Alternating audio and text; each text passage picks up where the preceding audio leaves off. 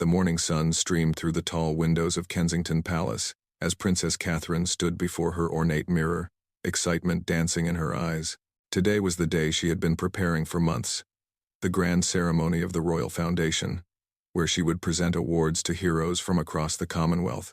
The event would be watched by millions around the world, and Catherine knew every detail had to be perfect. Her personal dresser, Maria Santos, carefully unwrapped the stunning emerald green gown that had been specially designed by the palace's most trusted fashion house. The dress was a masterpiece of craftsmanship, featuring delicate hand-sewn pearls that formed intricate patterns across the bodice and flowing silk that seemed to shimmer like water in the morning light.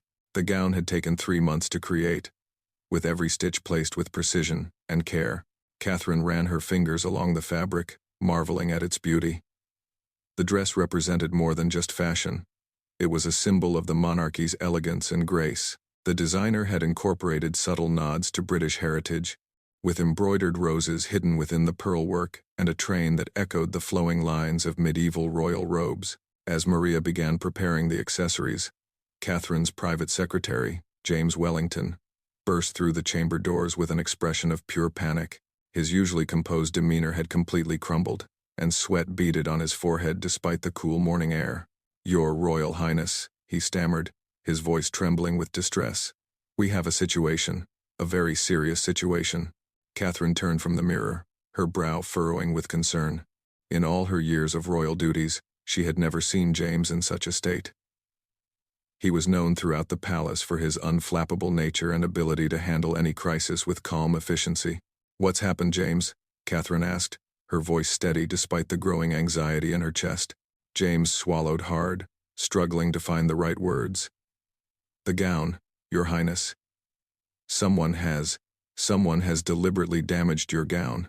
The words hung in the air like a thunderclap. Maria gasped, nearly dropping the delicate tiara she had been polishing. Catherine felt her heart skip a beat as the implications of James's words began to sink in. "Show me," Catherine commanded, her training in royal protocol helping her maintain composure even as her world began to tilt. With trembling hands, James led them to the dressing room where the gown had been stored overnight. As they approached the garment rack, Catherine's breath caught in her throat. The beautiful emerald gown hung in tatters, as if someone had taken scissors to it with malicious intent. Long, jagged cuts ran through the delicate silk, and many of the precious pearls had been torn away, scattered across the floor like fallen stars. The sight was devastating. Months of work, thousands of pounds of materials, and countless hours of skilled craftsmanship had been destroyed in what could only have been a deliberate act of sabotage. Catherine stared at the ruined dress, feeling a mixture of shock, anger, and profound sadness. "Who could have done this?" Maria whispered, her voice barely audible as she knelt to gather some of the scattered pearls. James shook his head grimly. "Security is reviewing the footage now, Your Highness. But whoever did this knew exactly how to avoid the main cameras. They were careful, methodical. This wasn't a random act of vandalism." Catherine's mind raced as she processed the situation. The ceremony was scheduled to begin in just 4 hours. Hundreds of dignitaries, including heads of state and Nobel Prize winners, were already arriving at Westminster Abbey. Television crews from around the world had set up their equipment, and millions of viewers were expecting to see her present these important awards. "We need to contact the backup designers immediately," Catherine said, her voice gaining strength as her royal training kicked in. "Surely someone can create something suitable in time." James's expression grew even more troubled. "I've already made those calls, Your Highness. The timeline is simply impossible. Even our fastest seamstresses would need at least 12 hours to create something appropriate for such a significant event, and that's assuming we could find suitable materials on such short notice." The reality of the situation began to settle over them like a heavy blanket. This wasn't just about a dress. It was about the reputation of the monarchy, the success of a major charitable event, and Catherine's own public image. The ceremony couldn't be postponed. Too many important people had traveled from too far away. Catherine walked slowly around the destroyed gown, examining the damage more closely. The cuts were indeed precise and deliberate, made by someone who understood exactly how to cause the maximum amount of damage with surgical precision. This wasn't the work of an amateur or someone acting in a moment of passion. This was calculated, planned, and executed with cold efficiency. "Have you informed Prince William?" Catherine asked, her mind already working through the various implications and potential solutions. "He's been notified, and is on his way back from his morning engagements," James replied. "The palace press office is also standing by. But they need to know how we plan to handle this before they can prepare any statements." Catherine nodded slowly, her fingers unconsciously twisting her wedding ring as she thought. She had faced challenges before, difficult public appearances, protocol mishaps, even health scares, but nothing quite like this. The deliberate nature of the sabotage made it feel personal, almost like an attack on her very identity as a royal. "We need to think creatively," Catherine said finally, her voice growing stronger with each word. "There has to be a solution we're not seeing." Maria, who had been quietly cleaning up the scattered pearls, suddenly looked up with an expression of hope. "Your Highness, what about your grandmother's collection? The late Queen's wardrobe is still maintained in the royal collection. Some of those pieces might be suitable for alteration." Catherine's eyes lit up with possibility. The royal collection contained hundreds of gowns worn by previous generations of royalty, many of them timeless pieces that could potentially be adapted for modern wear. It was a brilliant suggestion, but it came with its own set of challenges. "The collection is housed at Windsor," James pointed out, "and we'd still need someone skilled enough to make alterations quickly and appropriately." "Then we make it happen," Catherine said firmly. "Contact the collection immediately. Have them pull anything in my approximate size that could work for this type of ceremony. And find me the best seamstress in London, someone who can work miracles under pressure." As James hurried off to make the necessary calls, Catherine took one last look at her ruined gown. Somewhere in the palace, someone had betrayed her trust in the most personal way possible, but she wouldn't let them win. She was Princess Catherine, and she had faced greater challenges than a sabotage dress. Today's ceremony would go on, and it would be magnificent, no matter what it took to make that happen. The next few hours would test every ounce of her royal training and personal resilience. But Catherine was determined to turn this crisis into a triumph. Within 30 minutes of James's frantic phone calls, a convoy of black vehicles was speeding toward Windsor Castle, while Catherine paced nervously in her private chambers. The palace had mobilized with military precision, treating the gown crisis like a matter of national security. In many ways, it was exactly that. The reputation of the monarchy hung in the balance. Prince William arrived just as the first reports came back from Windsor. His face was tight with controlled anger as he surveyed the destroyed gown that still hung mockingly on its rack. Catherine had rarely seen her husband so furious, though he kept his voice calm and measured. "Any leads on who might have done this?" William asked James, his jaw clenched. "Security is interviewing everyone who had access to the dressing room last night," James replied.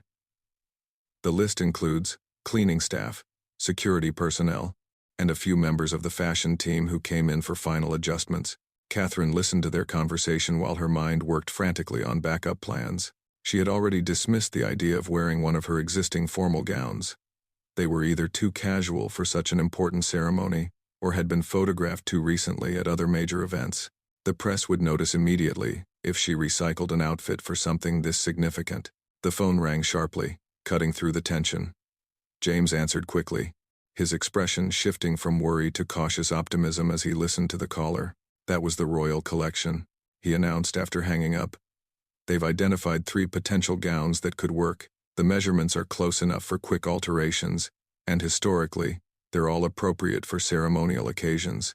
"Which gowns?" Catherine asked, moving closer to hear every detail. James consulted his hastily scribbled notes. "There's a midnight blue velvet gown worn by Queen Elizabeth at a state dinner in 1962, a cream silk dress with gold embroidery from Princess Margaret's collection, and—" He paused, his eyes widening slightly, "a stunning silver gown that belonged to Queen Elizabeth, the Queen Mother, worn to a major Commonwealth ceremony in 1953. Catherine felt her breath catch. The Queen Mother had been renowned for her impeccable style and grace under pressure. Wearing one of her gowns would be both an honor and a powerful symbol of royal continuity. "Tell me about the silver gown," Catherine said immediately. "According to the collection curator, it's made of silver silk with hand-beaded crystal detailing. The style is timeless.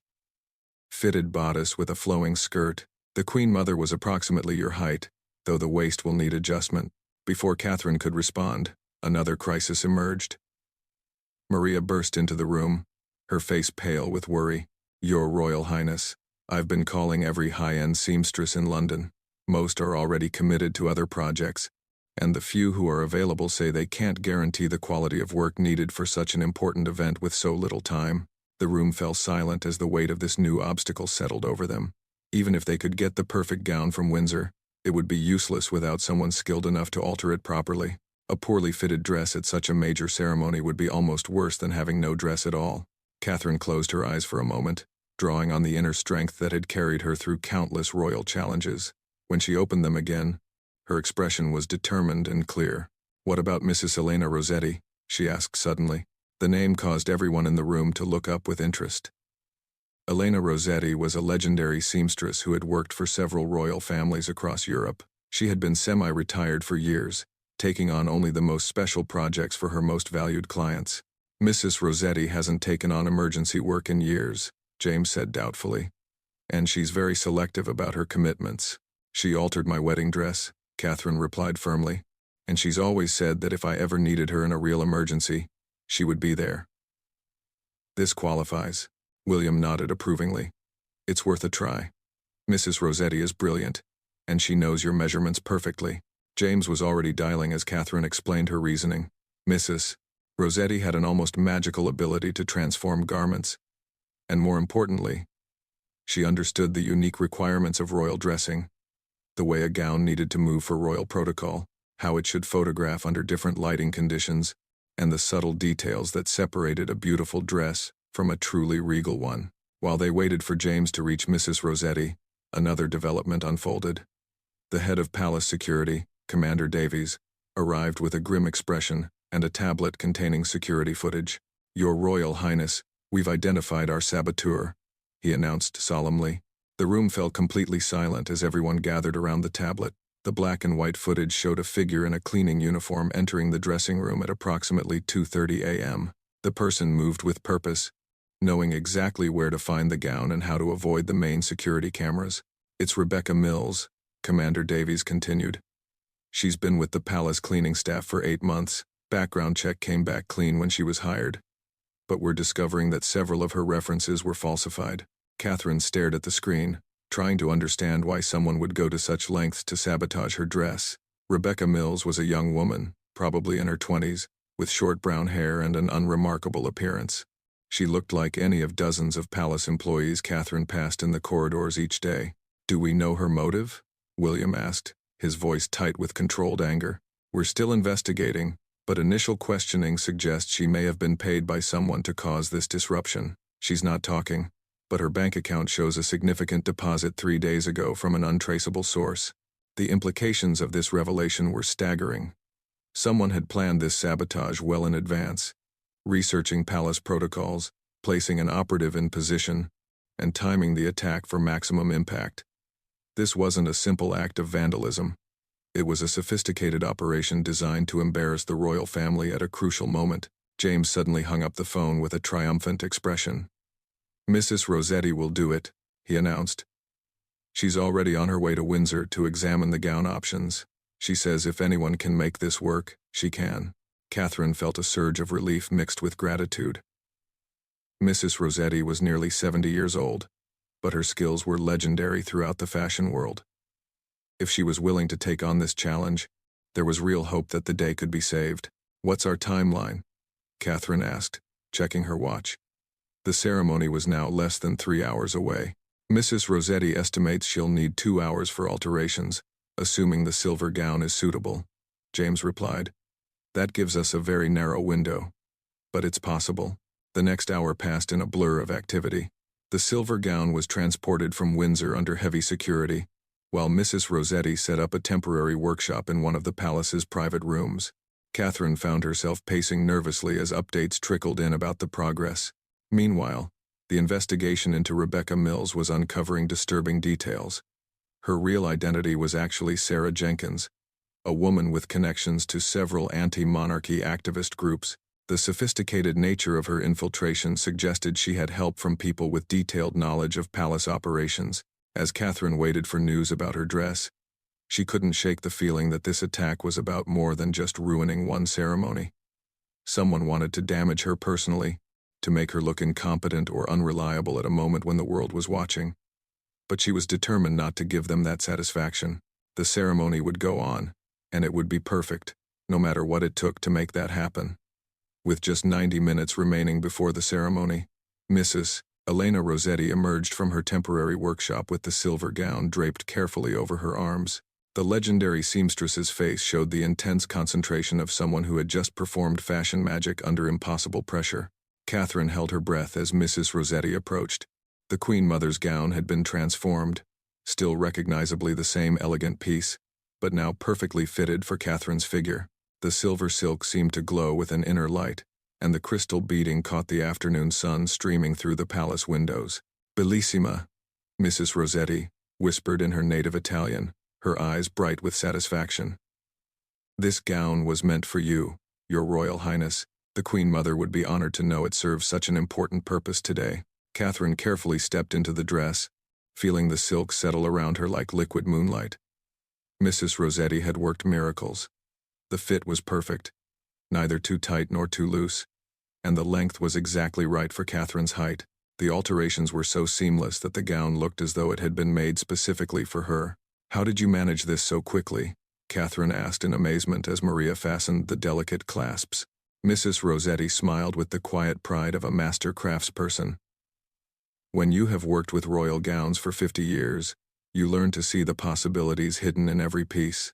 This dress wanted to be worn again. I could feel it the moment I touched the fabric." As Catherine admired herself in the mirror, James burst through the door with updates from Westminster Abbey.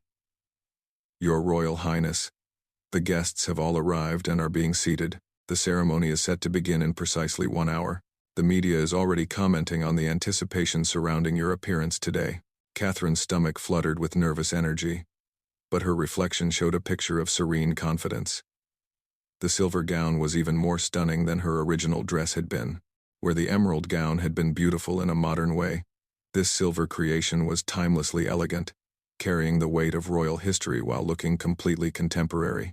Prince William appeared in the doorway and stopped short when he saw his wife. His expression of worry melted into one of pure admiration. "Catherine, you look absolutely radiant. No one would ever guess this wasn't planned months ago." The compliment helped settle Catherine's nerves, but she knew the real test would come when she stepped onto the public stage.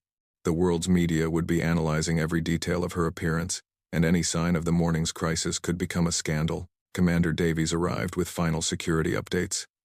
"Sarah Jenkins, also known as Rebecca Mills, is in custody. She's still not revealing who paid her, but we're confident the immediate threat is over. Additional security measures have been implemented for today's ceremony." Catherine nodded gratefully, though part of her mind was still puzzling over the identity of the person behind the sabotage. Someone with significant resources and detailed knowledge of palace operations had orchestrated this attack. The investigation would continue, but for now, her focus had to be on the ceremony ahead. Mrs. Rossetti made final adjustments to the gown's draping while Maria worked on Catherine's hair and makeup. The look they created was sophisticated and regal. Her hair swept into an elegant updo that showcased the gown's neckline, and her makeup enhanced her natural beauty without being overdone. As Catherine prepared to leave for Westminster Abbey, she caught sight of her destroyed original gown, still hanging sadly on its rack. The contrast was striking. The morning's crisis seemed like it had happened days ago rather than just a few hours. "Your Royal Highness," James said quietly, "I want you to know that the way you've handled this crisis today has been truly inspiring. Many people would have crumbled under this kind of pressure, but you've shown remarkable grace and determination." Catherine smiled gratefully at her secretary's words, but inside she knew that the real test was still ahead.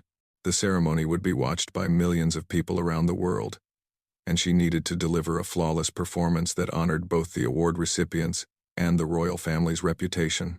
The convoy of vehicles that transported Catherine to Westminster Abbey moved through London streets lined with well-wishers. Word had somehow spread about the morning's drama, though the details remained confidential. The crowd seemed even larger and more enthusiastic than usual, as if people sensed they were witnessing something special. As Catherine's car pulled up to the Abbey's entrance, she could see the gathered media representatives positioning themselves for the perfect shot. Camera flashes began immediately, and she knew that within minutes, images of her silver gown would be circulating around the world.